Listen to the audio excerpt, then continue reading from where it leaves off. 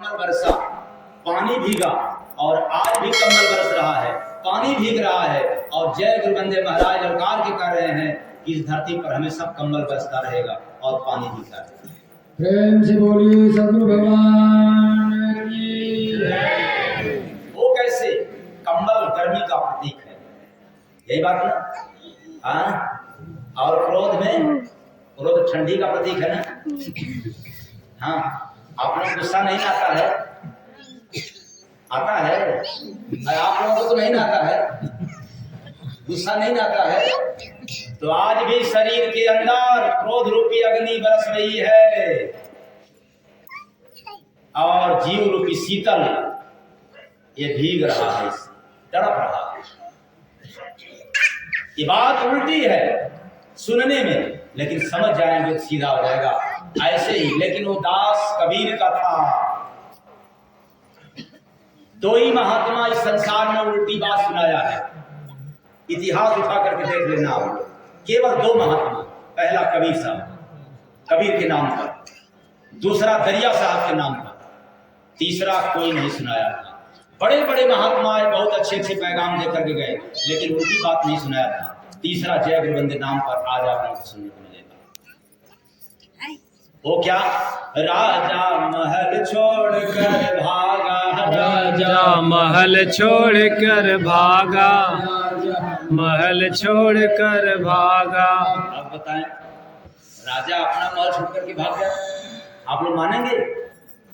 हाँ, क्योंकि वो तो राजा है, लेकिन बात उल्टी है और समझेंगे तो सीधा। मंत्री ने आदेश दिया तब देर तनिक ना लागा, राजा महल छोड़कर भागा, राजा महल छोड़कर भागा, राजा महल छोड़कर भागा। मंत्री ने आदेश दिया, भला मंत्री के आदेश पर निर्देश होता तो अलग बात है, सलाह होता तो अलग बात है, लेकिन मंत्री के आदेश पर राजा महल छोड़ करके भाग गया। तो अब बात उल्टा है, लेकिन अब समझाएंगे तो आपको सीधा समझ आएगा। तो मानव शरीर रूपी नगर में, कहा? मानव शरीर रूपी नगर में ये जो त्रिकुटी है, इस त्रिकुटी रूपी महल को छोड़ करके, महल कौन है? त्रिकुटी। त्रिकुटी किसको कहते हैं? दोनों आंखों के भाव के मध्य में जहां पे टीका, चंदन और विदिया लगाई जाती है, इसको हरिद्वार भी कहते हैं। हरि का द्वार, आप बाहर वाले धरती वाले हरिद्वार का दर्शन करोगे, तीर्थ करोगे तो भगवान का दर्शन नहीं होगा, लेकिन इस हरिद्वार पे जाओगे तो परमात्मा का दर्शन होगा। इसलिए हर मनुष्य के पास त्रिकुटी है, दोनों आंखों के भाव के मध्य में। इसी द्वार से, इसी स्थान से परमात्मा का दीदार होता है। वो कैसे? जैसे आप लोग रात में सोते हैं तो आंख बंद कर देते हैं, खुला रहता है, बंद कर देते हैं, सपना किस आंख से देखते हैं? कभी आया दिमाग में बात? नहीं आया। रात में आंख बंद में सपना दिखता है, वो कौन सी आंख है? उसी आंख के विषय में मैं जानना चाहता हूं कि वो रात के सपने की बात है। लेकिन कोई फकीर मिल जाए तो आप जैसे बैठे उसी तरह से बैठा करके आंख मुदवा करके अनुभव करा देगा। तीसरी आंख से वो सभी के पास है। इसलिए त्रिकुट रूपी महल में आत्मा रूपी राजा, इस महल का राजा कौन है? आत्मा। शरीर का राजा कौन है? आत्मा। अगर ये आत्मा निकल जाए तो सब आत्मा, यही बात ना? तो राजा कौन है? आत्मा। उल्टा हो गई बात ना? तो आत्मा रूपी राजा, मन रूपी मंत्री। मन क्या है? मंत्री। बात याद रखना, मन रूपी मंत्री यमराज के दूत का। ये जो मन है काल का दूत है, इसलिए जो मन का गुलामी करते हैं, मन के अनुसार जो काम करते हैं, उनको काल के घर जाना निश्चित है, कोई नहीं रोक सकता, कोई नहीं बचा सकता। आप पूजा करते रहेंगे तो भी चले जाएंगे, क्योंकि मन छोड़ता नहीं है। जैसे ही यमदूत का आदेश मिलता है, उसी वक्त यह आत्मा शरीर को छोड़ करके चला जाता है। वही सुनाया, राजा महल छोड़कर भागा, राजा महल के मती तेरा चला जा रहा है, समय की मति तेरा चला जा रहा है। भजन के बिना तो चला जा रहा है, समय की मति तेरा चला जा रहा है, समय की मति तेरा चला जा रहा है।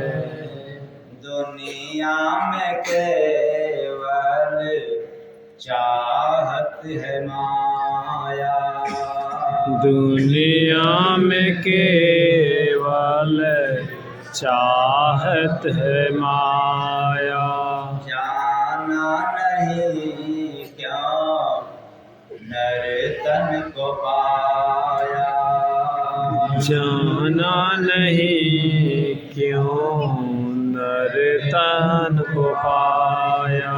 काम क्रोध अग्नि से जला जा रहा है, समय की मति तेरा चला जा रहा है, समय की मति तेरा चला जा रहा है।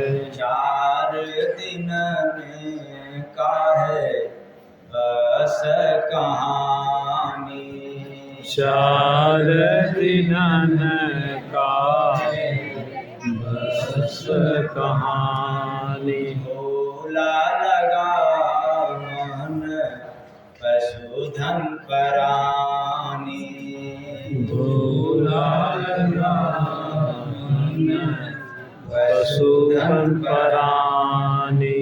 जग में उमर भाई ढला जा रहा है, समय की मति तेरा चला जा रहा है, समय की मति तेरा चला जा रहा है। माया नगर में भाई कोई न तेरा,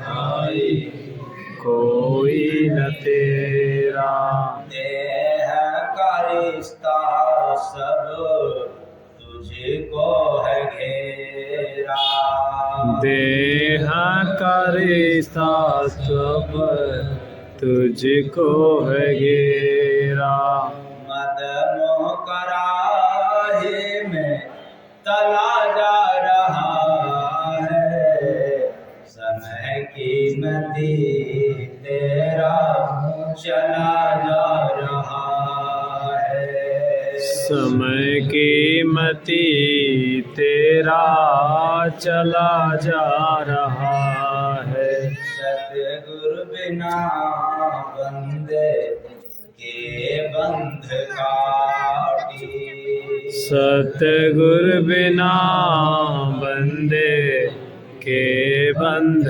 काटी, माया से बधे सब यहीं परिपाटी, माया से बधे सब यहीं पर पाटी, निज स्वभाव प्रेम गला जा रहा है, समय की मति तेरा चला जा रहा है,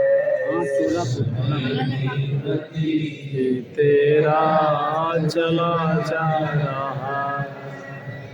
जय गुरु बंदे जी साहेब सबका।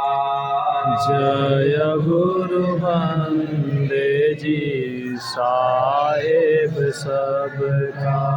राज जना देंगे जीव को रब का। राज जना देंगे जीव को रब का। शरण में गया नहीं भला जा रहा है। समय की गति तेरा चला जा रहा है। समय की मति आना है तो मंदिर मस्जिद से नहीं, आप परोपकार का काम करोगे तो पाप घटेगा, पुण्य का काम करोगे तो पाप घटेगा। और सबसे ज्यादा पाप घटता है भजन करने से। क्या करने से? भजन करने से। करते हैं आप लोग? पता नहीं है क्या होता है भजन, यही बात ना। तो 5 नारी है, शब्द स्पर्श रूप रस और गंध। तो पांचों मिलके दुख देती। ये नारी दुख देती है, आपको दुख देती हो क्या? हाँ?